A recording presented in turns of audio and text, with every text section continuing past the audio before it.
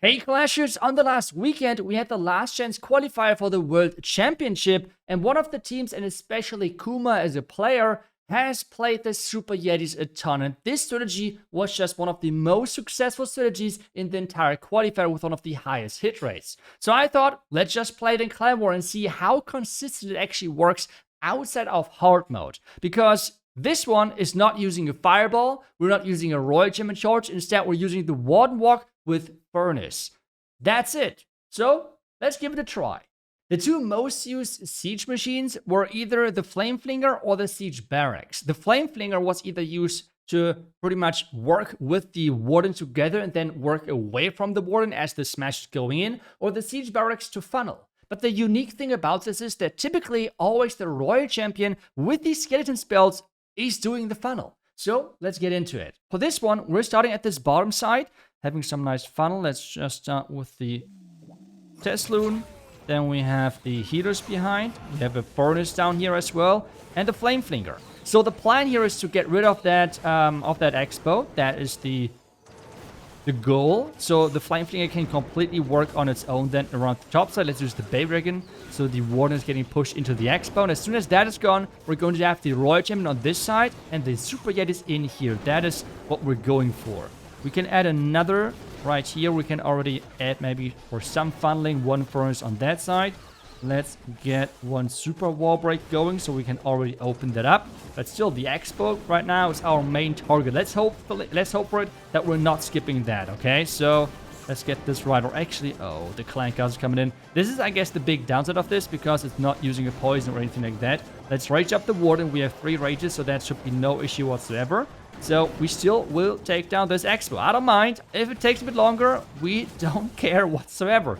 We will take that out. Let's quickly double check if there are any traps around here so the flame flinger can keep going. Now we are using those skeletons. Let's do this. Now the super yetis. Everything in here. The ice golem as well, obviously. Tesloons. But this so far looks pretty good, right? So the opening then is that you jump first, then later on you're going to use the king ability with the earthquake boots. And so far we're looking pretty good, I would say. Another skeleton spell, because those skeleton spells are here to really protect that push as we're moving through. Let's use the Royal ability. Come on, stay alive. Yes, that was good. Even though it was close, but hey, stayed alive. Now the Warden ability, we got the Eternal Tome, so we can really push through. Royal Champ went down unfortunately, but it's still fine. King ability maybe now. Let's just use the King ability now. Let's do it. So we still have another rage. We can... Where should we poison right now? That's the big question. We can use another rage right here maybe. We still have the Queen ability as well. Now the siege pops at the bottom side. We can use a minion on this one. Let's just get the wall breaks in so our Super Yetis and such can leave the compartments again. Because we want to make sure that we're not running into time issues. What was that? Wall break. Where did you go, buddy? But it's fine. Let's just freeze this quickly. Our action figure is alive as well. The Super Yetis are doing their job at the bottom side. And this should be a nice 3-star. There we go. Let's put some archers at the top side. Super minion. What is that? Headhunter for cleanup. And we're good to go. In the end, well, the clank cast was a bit annoying, not gonna lie. But this is the overall approach here, okay? This is like how the strategy overall works. Let's try to optimize that a little bit to really make sure that you do not have any issues whatsoever. Because one thing I would recommend is bringing a poison. I just copied now the army composition which they used in the tournament. Let's now adjust this a tiny little bit. And to be honest, all I did was just adding in a poison. I feel like otherwise we're good to go. The skeleton spells are really important to really keep the Royal Champion safe. I like the invis spells better than the freeze because they're just nice for safety purposes, again for the Royal Champion. So let's do it. Again, on this one, I feel like we can get quite some nice value if we take down and tank the expo for the flame finger and then enter into this far right side. So let's do exactly that. And I think we should be good to go from this top side. Because, again, we can use those furnaces just to speed things up. In Warden charges, I don't like them as much because they're typically pushing your Warden far into the middle of the base. And this one, though, we want to get into that first compartment really quickly and then we lure him back to the outside. On this one, I think we have... Let's just use the Bay Dragon here. Hopefully it's going to be enough to take down... Nope, I think we have to use 2 loons now. And then we're going to use the Flame Flinger close by, just like that. The Expo has to go down, though. We will use at least one rage as well. I think just one rage should be good enough. So let's just jump the wall, old man. Perfect. Let's rage it up now.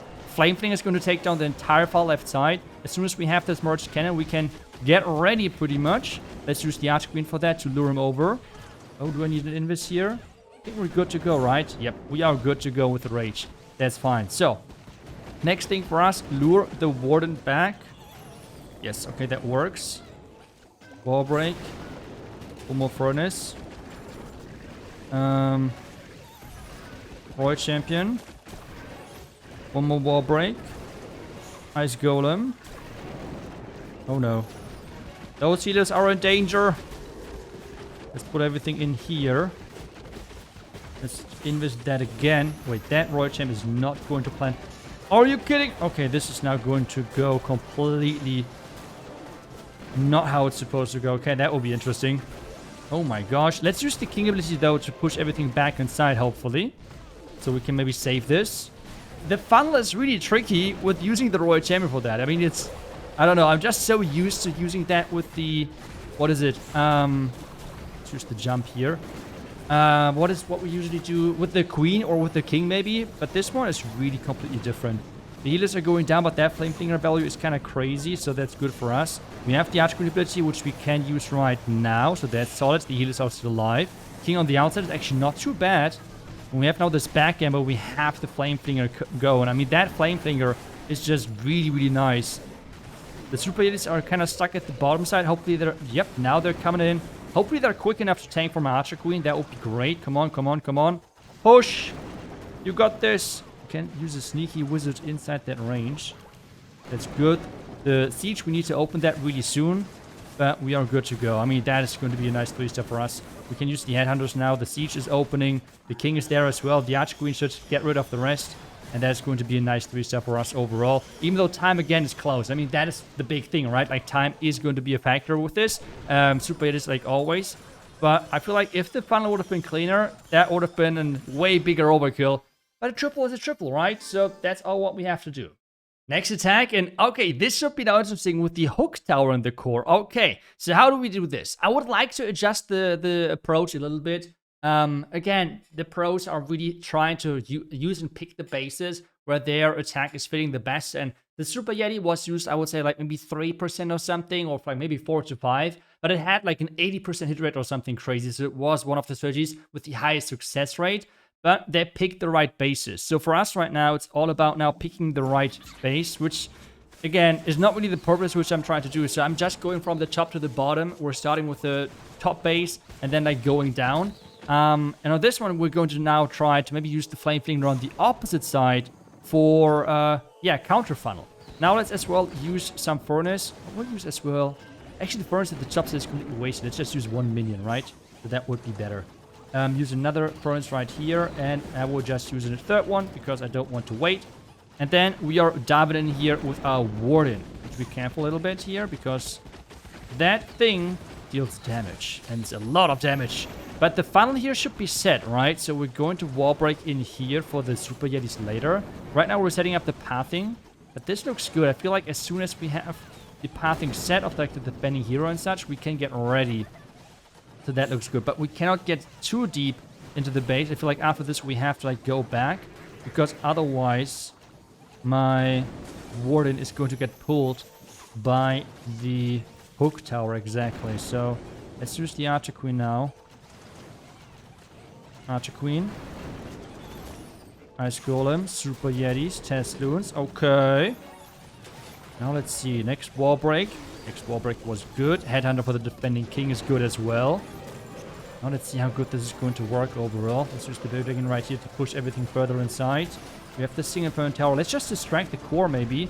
And distract this top side for our Royal Champ because we need her to funnel. This so far looks interesting, but I think good for us. Let's use the king ability. Good. We can now jump on this back end. Rage.